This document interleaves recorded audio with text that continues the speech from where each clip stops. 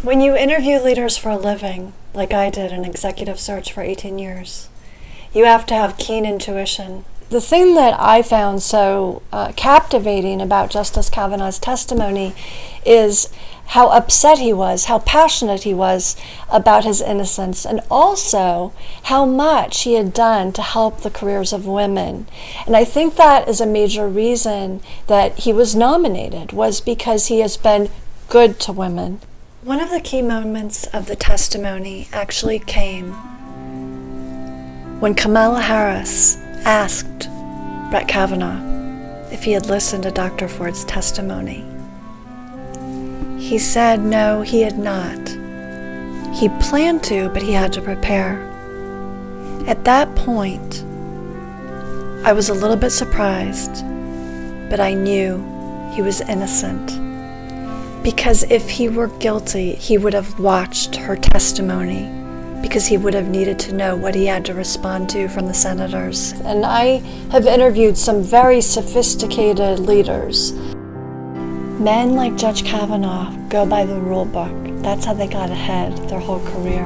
And I would like to remind everyone that you are innocent in this country until proven otherwise.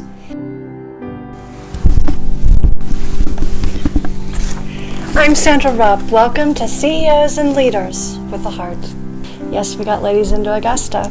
And we know that Condi Rice supports Brett Kavanaugh. So Condi, I hope you're watching.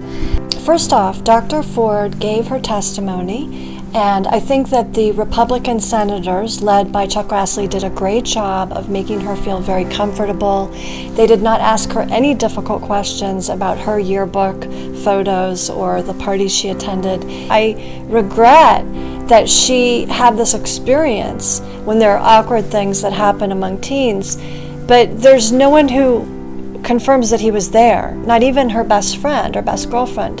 In her presentation, which her attorneys wrote for her, and by the way, they said they were working pro bono, I believe that they wrote her testimony to include those words: sexual assault, attack.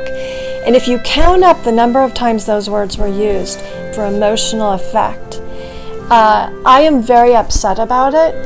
A, because I don't believe Judge Kavanaugh was there, but B, because there was no location identified, there were no eyewitnesses, there was no removal of clothing, there was no sex, there was no sexual assault.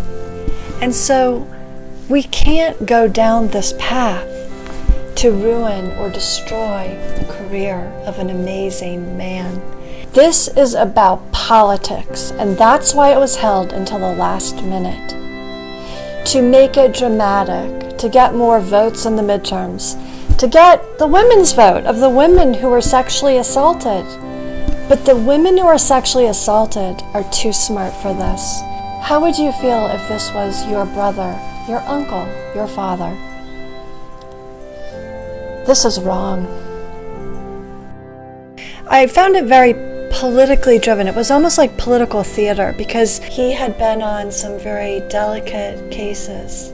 They had to go back to prep school and college to find anything on him. And I would say that Judge Kavanaugh gave the speech to save his career.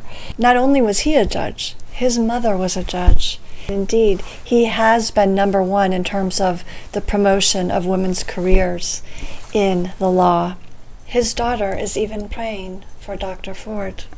People that become the valedictorian of their class and are on 2 varsity sports and are get all the way to the point of being nominated to the Supreme Court, the ones who are organized, the ones who are trustworthy, they are not the one-night stand kind of guys. I believe Judge Kavanaugh will be a brilliant appointment for the future of women, because he has been one who has promoted women in his career.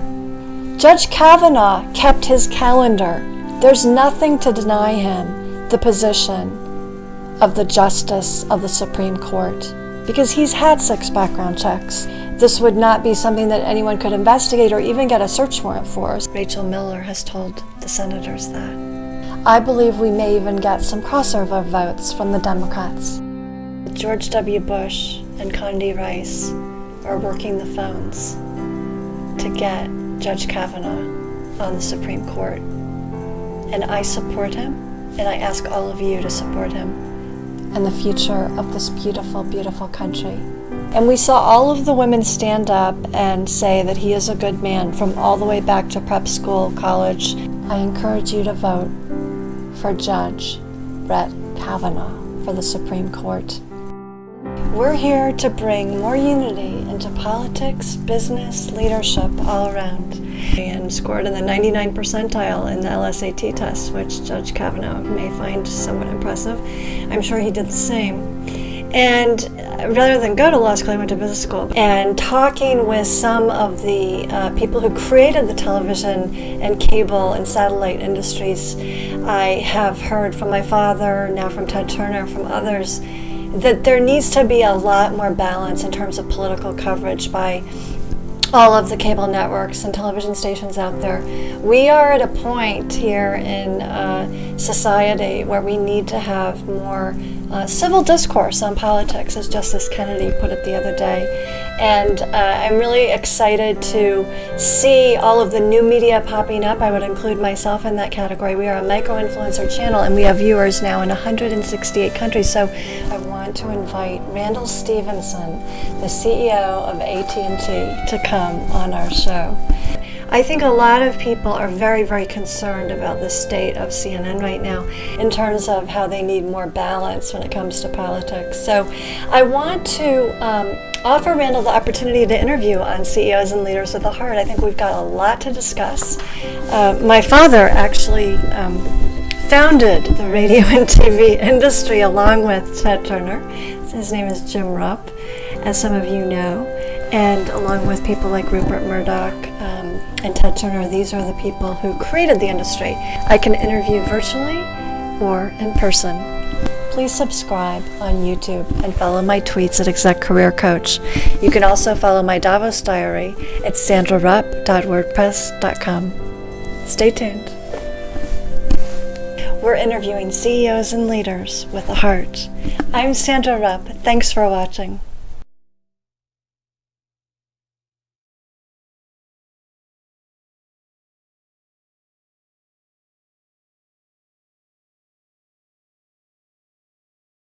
I'm excited to have everyone here. Thanks for watching.